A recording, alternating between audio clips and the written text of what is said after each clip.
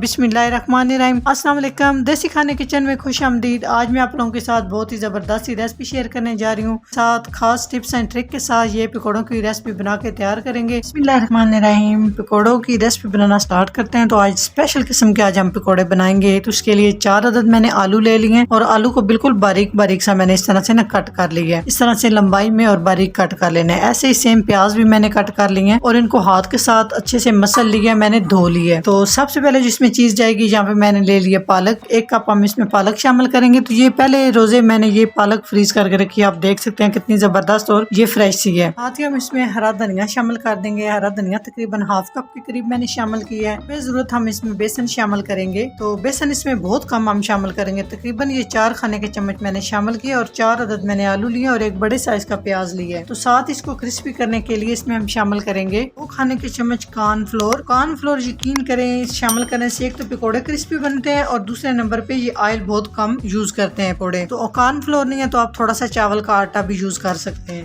1 teaspoon नमक ये अपने टेस्ट के हिसाब से 2 चुटकी हल्दी, इससे ना पकौड़ों का कलर अच्छा हो जाएगा। 1 टीस्पून सुर्ख मिर्च का पाउडर, खुश्क धनिया दरदरा सा किए हुए तकरीबन ये 2 टीस्पून के करीब इसमें शामिल करूंगी। हम इसमें शामिल करेंगे दही। तो दही यहाँ पर मैंने ले लिया तकरीबन 4 खाने के चम्मच और दही में पानी नहीं होना चाहिए। पानी आपने निकाल देना। इस तरह से न गाढ़ा सा थिकी सा दही होना चाहिए। तो दही शामिल करने का एक तो ये है इसका फायदा कि ये बहुत कम ऑयल जो है ना यूज करेंगे पकोड़े, बहुत कम ऑयल इनमें जज़ब होगा। तो दूसरे नंबर पे आपको तेजाबियत नहीं बनेगी, मैदे में गैस, पेट में दर्द, बिल्कुल भी इस तरह का आपको मिसाल नहीं बनेगा अगर इस तरह से आपने पकोड़े बना लिए। दही का बहुत ज्यादा असर होता है तो लाजमी इसको यूज किया करें। तो अब यहाँ पे हमने सारी चीजें अच्छे से मिक्स कर लेनी और इसमें पानी हमने बिल्कुल भी शामिल नहीं करना। हाथ में मसल के इस तरह से, ज्यादा बेसन नहीं शामिल करना। भी आप चेक कर सकते हैं इस तरह से इसमें बेसन कम सा होना चाहिए। इस तरह से बड़े क्रिस्पी मजे के बनेंगे। तो इसको मिक्स करने के बाद हम 10 मिनट के लिए रेस्ट पे छोड़ देंगे ऊपर से कवर करके। चाहे तो आप इसको फ्रिज में भी रख सकते हैं। तो 10 मिनट के बाद हम इन्हें फ्राई करेंगे। तो फ्राई भी हम एक जबरदस्त तरीके से करेंगे। रेसिपी आप मुकम्मल देखिएगा। मिनट हो चुके हैं तो भी इसको बनाने का तरीका बताती हूँ। आपने इस तरह से इनको मिक्स कर लेना हाथ के साथ हल्का सा पानी लगा के। तो अभी ये देखें कितना बैटर जो है ना हमारा ये सॉफ्ट हो चुका है। इसके अंदर दही भी अच्छे से जज़ब हो चुकी है। इससे जो है ना ऑयल ये पकौड़े बहुत कम इनमें ना जज़ब होंगे। तो अभी बनाने का तरीका भी बताती हूँ। साइड पे हमने ऑयल जो है ना गर्म होने के लिए रख दिया। तो 1 पोटैटो डाल के देख लेंगे जी। तो ऑयल हमारा ना परफेक्ट गर्म हो चुका है। तो मीडियम और हाई के दरमियान आपने आंच रखनी है और इस तरह से हाथ में लेके ना आपने इनको इस तरह से डालते जाने। इस तरह बड़े परफेक्ट पकौड़े बनते हैं। मोटे नहीं बनते, छोटे नहीं बनते, बड़े क्रिस्पी बनते हैं। अंदर तक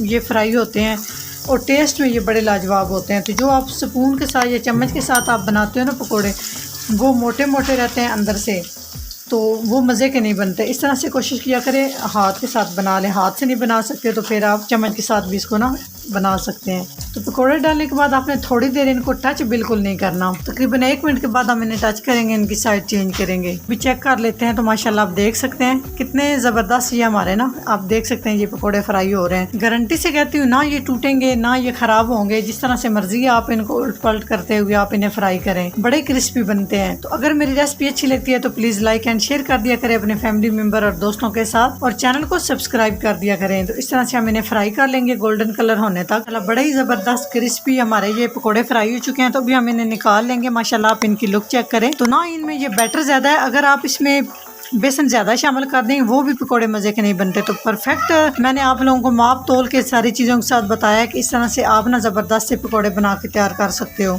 तो घर में अफ्तारी हो या कोई भी दावत हो, टी टाइम हो, तो आप इस तरह से ना ज़बरदस्त से पकोड़े बना के तैयार कर सकते हो। इतनी मेहनत के साथ ये वीडियो आप लोगों के साथ बना के शेयर करते हैं तो एक लाइक तो बनता है, प्यारा सा कॉमेंट्स तो बनता है। इस तरह से सेम हम सारे पकौड़े फ्राई कर लेंगे।